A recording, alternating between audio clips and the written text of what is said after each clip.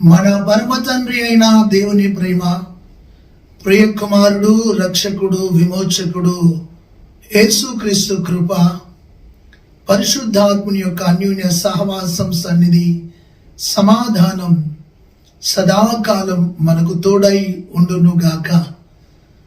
నా ఆత్మీయులారా, ఈ దినము ఒక శక్తి కలిగిన దైవ సందేశం కొద్ది నిమిషాలు మీకు అందించడానికి పరిశుద్ధాత్ముడు నన్ను ప్రేరేపించగా మీ ముందుకు వచ్చి ఉన్నాను. దేవునికి స్తోత్రం. నీ సహవాసం ఎవరితో? ప్రభునందు నా ఆత్మీయులారా, నీ సహవాసం ఎవరితో అని ప్రభువు నిన్ను ప్రశ్నించుచున్నాడు. నీవు ఎవరితో సహవాసం చేస్తావో వారి అలవాట్లు, వారి లక్షణాలు లేదా వారి బుద్ధులు నీకు వస్తాయి. ఒక మంచి వ్యక్తితో సహవాసం చేస్తే మంచి లక్షణాలు నీకు వస్తాయి. ఒక చెడ్డ వ్యక్తితో సహవాసం చేస్తే చెడ్డ లక్షణాలు నీకు వస్తాయి. మన సహవాసము తండ్రితోనూ తన కుమారుడైన యేసుతోనూ పరిశుద్ధాత్మతో మన సహవాసం ఉండాలి అని దేవుని వాక్యం సెలవిస్తుంది. తండ్రి అయిన దేవుడు తన యొక్క పోలికలో ఆదామును చేసి ప్రతి చల్లపూట ఆదాముతో సహవాసం చేయడానికి తండ్రి అయిన దేవుడు ఆదాము దగ్గరికి వచ్చినప్పుడు వారి సహవాసము ఎడబాటు జరిగింది. తండ్రితో ఉన్న సహవాసాన్ని కాదని లోకంతో సహవాసం చేసి ఆశల వలయములో సహవాసము చేసి దేవునికి దూరమై చెట్టు చాటుకు దాక్కున్నాడు ఆదాము. నా ఆత్మీయ సహోదరి, సహోదరుడా, నీవు లోకముతో సహవాసం చేస్తున్నావా? దేవునితో సహవాసం చేస్తున్నావా? ఒకసారి నువ్వు ఆలోచించు. నీ సహవాసం ఎవరితో ఉన్నది? ప్రభువే నిన్ను దర్శిస్తున్నాడు. ఒక దానియేలుతో షడ్రక్, మేషక్, అబేద్నెగోలు సహవాసం చేస్తే వారు దేవుని కోసం మండినారు. బబులోను సామ్రాజ్యాన్ని దేవుని కోసం సంపాదించినారు. ఏలియాతో ఎలీషా సహవాసం చేస్తే రెట్టింపు అభిషేకముతో ఘనమైన కార్యాలను జరిగించినాడు. మోషేతో యెహోషువ, కాలేబులు సహవాసం చేస్తే కనాను దేశంలో స్థిరపరచబడ్డారు. అయితే అబ్రహాముతో లోతు సహవాసం చేశాడు గాని అబ్రహాం యొక్క ఆత్మ నడిపింపు లోతుకు నచ్చక లోతు సొదొమ గొమొర్రా వైపు చూసి పాపముతో సహవాసం చేసి లోకంలో కలిసిపోయాడు. ఈరోజు ఆత్మీయులారా, నీ సహవాసం ఎవరితో ఉంది? ఆలోచించు. ఈరోజు నువ్వు లోకముతో స్నేహం చేస్తున్నావా? లోకముతో స్నేహం దేవునికి వైరం, దేవునితో వైరం లోకంతో స్నేహం. ఈరోజు నువ్వు ఎవరితో స్నేహం చేస్తున్నావు? ఎవరితో సహవాసం చేస్తున్నావు? ఆలోచించాలి. అయితే పరిశుద్ధ గ్రంథంలో సహవాసము అన్న మాటకు నిర్వచనము, ఆత్మీయులారా, కొద్ది సమయము వారితో గడుపుట, లేదా సహవాసము అన్న మాటకు కలిసి జీవించుట. దేవునికి మహిమ కలుగునుగాక. ఎవరితో కలిసి జీవించాలి అంటే పరిశుద్ధుల సహవాసము కలిగి మనము జీవించినప్పుడు ఈ లోకానికి మన ద్వారా క్రీస్తు కనబడతాడు. దేవునికి మహిమ కలుగునుగాక. అయితే కొన్ని సహవాసాల కోసం పరిశుద్ధ గ్రంథాన్ని మనం ధ్యానించుదాం. మొట్టమొదటిగా నా ఆత్మీయ సహోదరి, సహోదరుడా, మనం ఎవరితో సహవాసం చేయాలి అంటే 1 యోహాను పత్రిక 1వ అధ్యాయం 3వ వచనంలో తండ్రితోనూ తన కుమారుడైన యేసుతో మనం సహవాసం చేయాలి. దేవునికి స్తోత్రం. తండ్రి నేను ఏకమై ఉన్నాము అని చెప్పిన ఆ ప్రభువుతో మనం సహవాసము చేసిన ఎడల రూపాంతరం చెందుతాము. యేసును ఈ లోకానికి చూపించాలి అంటే యేసయ్యతో మన సహవాసం ఉండాలి. యేసయ్య ఎవరై అంటే పరిశుద్ధుడు, నిర్దోషి, నిష్కల్మషుడు, పాపులలో చేరక ప్రత్యేకముగా ఉన్నవాడు, ఆకాశము కంటే మిక్కిలి హెచ్చైన వాడు, ఇట్టి ప్రధాన యాజకుడు మనకు సరిపోయినవాడు. ఆ పరిశుద్ధునితో సహవాసము చేస్తే మనము ఈ లోకంలో పరిశుద్ధంగా జీవిస్తాము. యేసు పరిశుద్ధుడు. ఆ పరిశుద్ధుని సహవాసంలో మనము పరిశుద్ధముగా జీవించగలము. దేవునికి స్తోత్రం. ఆ మరణము జయించిన ప్రధాన యాజకుడైన ప్రభువుతో మనం సహవాసము చేయాలి. కుక్కలతో సహవాసం చేస్తే కుక్కల బుద్ధి వస్తుంది. పందులు సహవాసం చేస్తే మృదులని జీవిస్తాయి. అయితే నీవు నేను లోకానుసారమైన పాప బంధకాలతో ఉన్న వారితో సహవాసం చేస్తే అలాంటి అలవాట్లు మనలోనికి వస్తాయి. అయితే మనం క్రీస్తుతో సహవాసము చేసి క్రీస్తు యొక్క ప్రతిబింబమై ఈ భూమి మీద అనేకులను ప్రభు యొద్దకు నడిపించుదాం. యేసయ్యతోని సహవాసం. ఆయన శిష్యులు యేసుతో సహవాసము చేసినారు గనుక వారు దేవుని కోసం హతసాక్షులైనారు. దేవునికి మహిమ.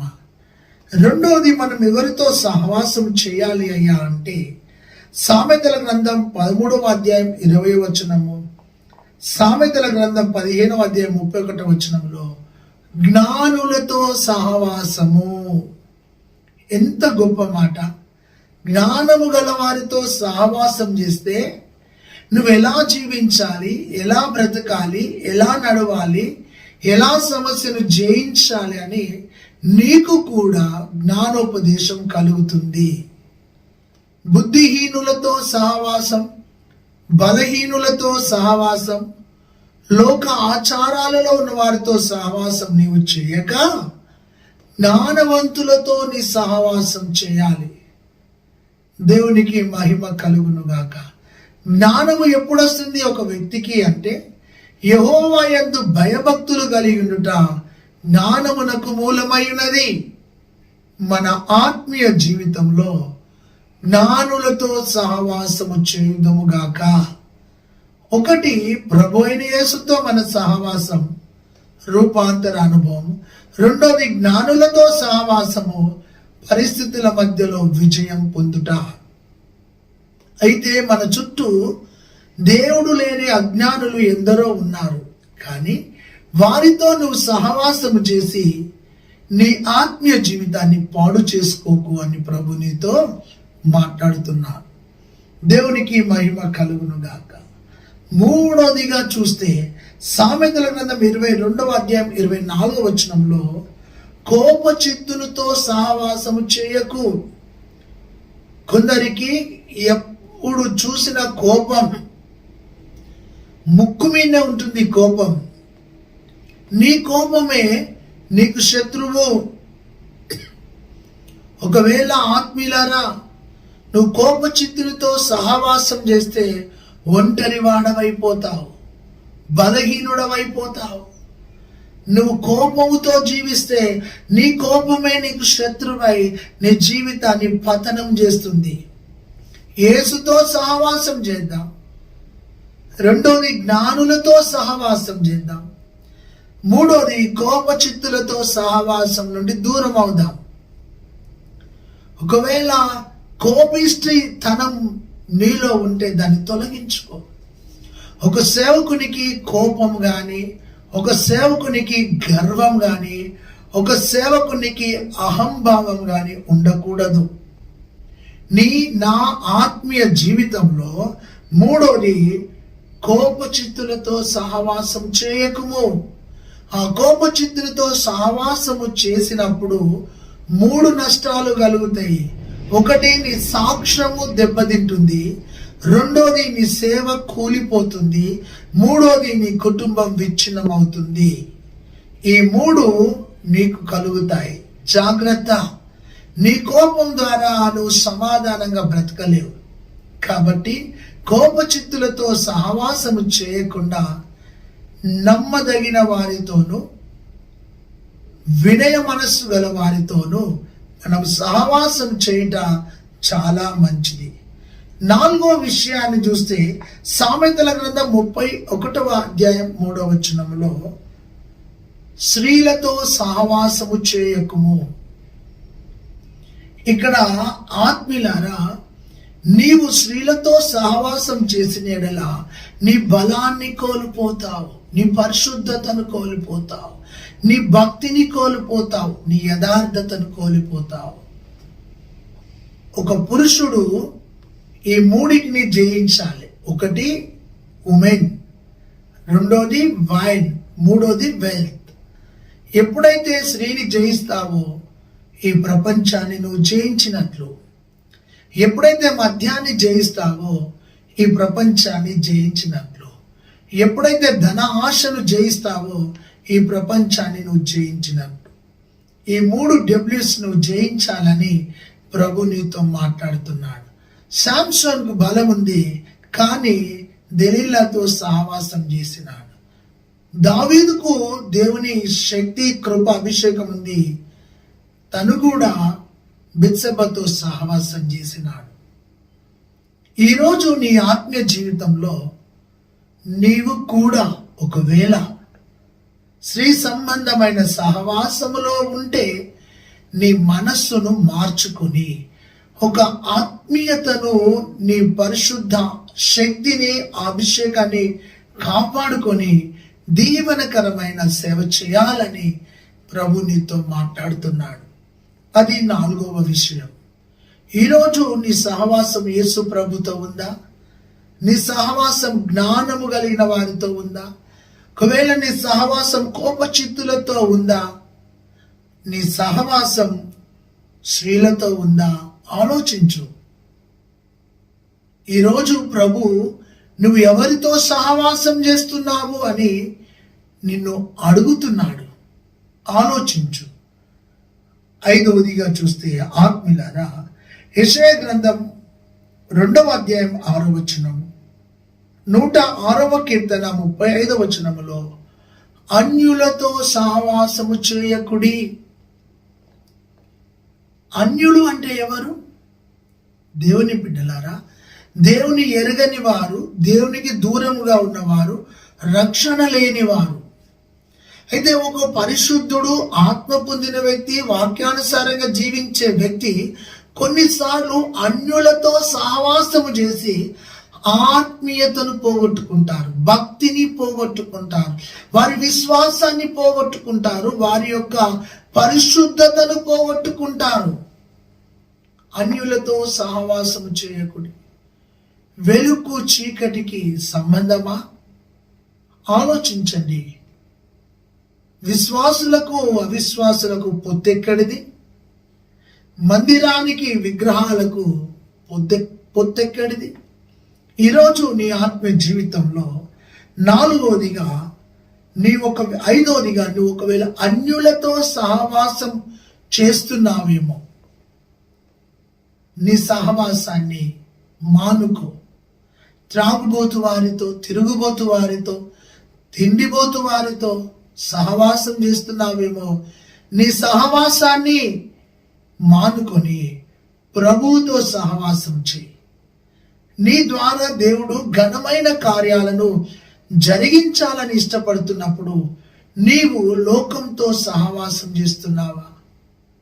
ఈరోజు నీ మనసును ప్రభు వైపు త్రిప్పి, ప్రభువా, నేను ఒకవేళ అన్యులతో సహవాసం చేస్తున్నానేమో, స్త్రీలతో సహవాసం చేస్తున్నానేమో, కోపచిత్తులతో సహవాసం చేస్తున్నానేమో, ఈరోజు ఆ పనికిరాని సహవాసంలో నుండి నన్ను విడిపించి పరిశుద్ధుల సహవాసంలో, అభిషేక్తుల సహవాసంలో నన్ను స్థిరపరచు ప్రభువా అని నువ్వు అడుగు. దేవుడు నీతో మాట్లాడుతున్నాడు. ఆత్మీయులారా, ఈరోజు ఎవరితో నువ్వు సహవాసం చేస్తున్నావు? 6వదిగా చూస్తే రెండవ కొరింథీ పత్రిక 13:14 పరిశుద్ధాత్మతో నీ సహవాసం అయి ఉండాలి. ఆత్మతో నీ సహవాసం ఉంటే ఆత్మ నిన్ను సరి అయిన మార్గంలో నడిపిస్తుంది. ఆత్మ నిన్ను సమపాలు గల భూమి మీద స్థిరపరుస్తుంది. నువ్వు జారిపోకుండా, పడిపోకుండా, వెనుకకు చూడకుండా, లోకాన్ని చూడకుండా ఆత్మ నిన్ను తన యొక్క ప్రణాళిక కొరకు, ప్రభు యొక్క ప్రణాళిక కొరకు నడిపిస్తుంది. ఆత్మ ద్వారా ఎందరు నడిపించబడతారు వారందరూ దేవుని కుమారులను కుమార్తెలని వాక్యం సెలవిస్తుంది. నువ్వు ఆత్మతో సహవాసం చేసినప్పుడు నీ శరీర క్రియలు నువ్వు చంపివేస్తావు. నీలో జరుగుతున్న 3 రకాల పాపాలు, నేత్రాశ, శరీరాశ, జీవపు డంబాన్ని నువ్వు చంపివేయాలి అంటే ఆత్మతో సహవాసము చేయాలి. ఆ పరిశుద్ధాత్ముడు నీతో సహవాసం, నీవు పరిశుద్ధాత్మతో సహవాసం చేసిన ఎడల ఆ పరిశుద్ధాత్మ అభిషేకం నీలోనికి వస్తుంది. నువ్వు దేవుని కోసం ఒక బలమైన వ్యక్తిగా వాడబడతావు.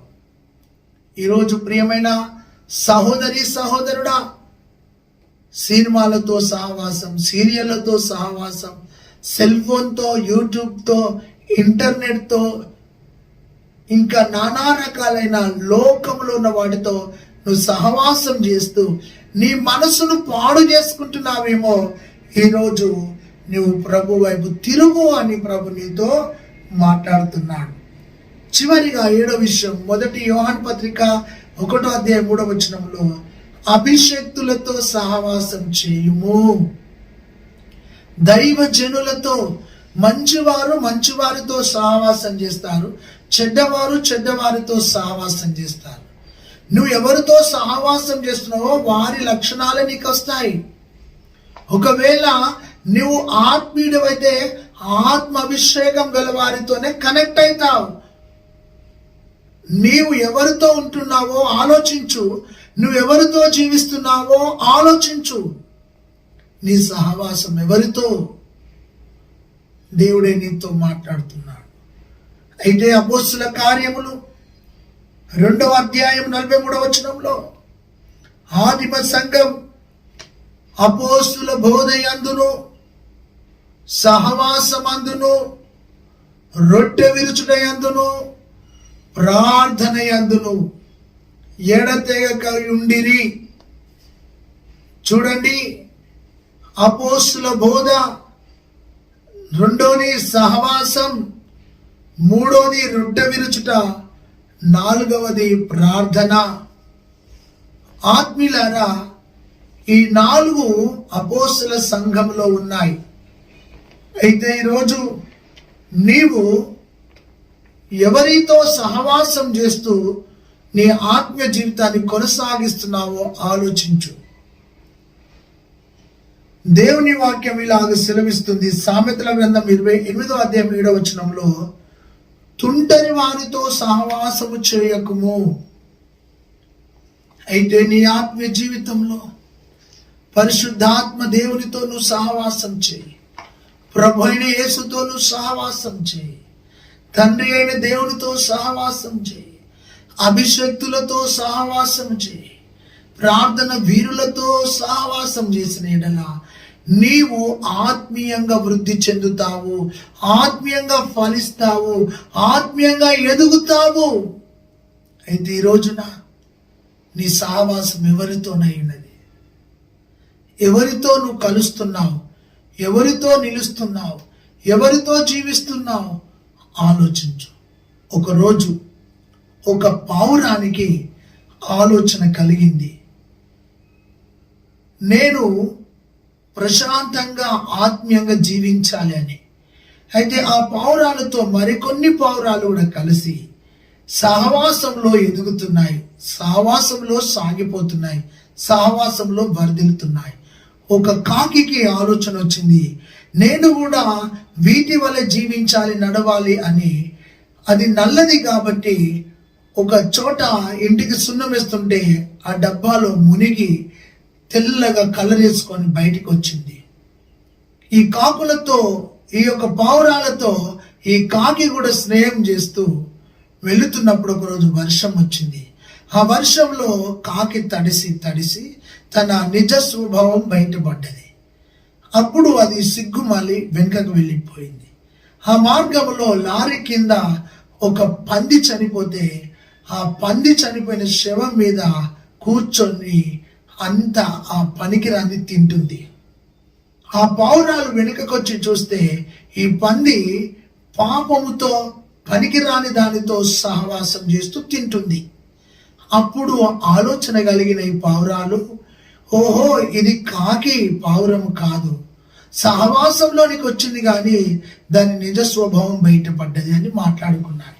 ఈ రోజు నీ ఆత్మ జీవితంలో ఎలాంటి వారితో సహవాసం చేస్తున్నావు, ఎలాంటి సహవాసంలో ఉన్నావు, ఒక్కసారి ఆలోచించి నీ మనోనేత్రాలు తెరుచుకొని నీవు ఈ రోజు నుండి ఆత్మపూర్ణులైన వారితో సహవాసము చేస్తూ నీ ఆత్మీయ జీవితాన్ని కొనసాగించుదువు గాక. May God bless you. Praise the Lord. ప్రభా, ఈ వాక్యాన్ని నీరు కట్టి ఫలింపజేసి నీ నామాన్ని ఘనపరుచుకోమని యేసయ్య నామంలో ప్రార్థించి పొంది ఉన్నాము తండ్రి. Amen, amen, amen. May God bless you. Praise the Lord. ఈ మేడగది యూట్యూబ్ ఛానల్ సబ్స్క్రైబ్ చేసుకొని వాక్యం ద్వారా దీవించబడాలని కోరుతున్న మాటలు ముగిస్తున్నాను. ఆమేన్.